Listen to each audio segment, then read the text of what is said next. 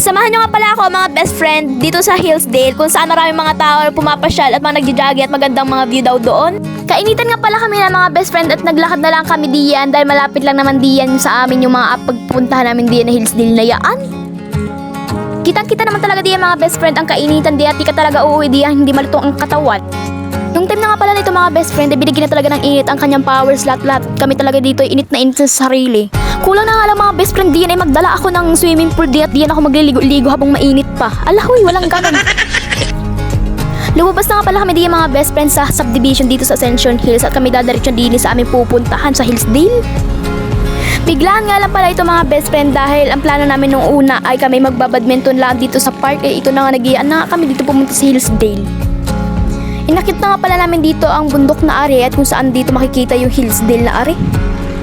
Medyo nga mga best friend ay bumigay ng todo ang init kaya itong iyong ate haggard na haggard. Mga best friend, di pa nga halos kami nakakaakyat ay kitang-kita na agad dito magandang view dito sa tuktok.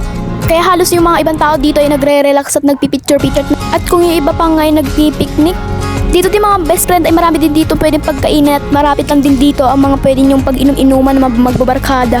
Ilang nga mga best friend dito mga bundok ang makikita mo kundi makikita mo rin dito ang Laguna Lake kung saan ay may magandang view din. Nung nandito na nga pala kami mga best friend sa tuktok ay pumunta na agad kami dun sa taas kung saan may maganda pang view. Ang dami nga pala pwede ditong kain at yung iba pang ay junk food at iba pang pagkain, yung iba pang ay restaurant pwede sa mga pang family banding. Then dumaritso na nga pala kami dito sa part na to dahil may nakita din kami magandang view dito. Dito kami picture. Hindi talaga sayang ang aming paglalakad din kasi ang dami dito magagandang view. Ay for the go. Kahit saan nga pala kami di magpupunta mga best friend ay kitang-kita mga magagandang view at mga bahay-bahay diyan. Talaga naman mga best friend ay solid ang paglalakad namin. Hala solid, tas yung isa liquid. Hala walang ganun.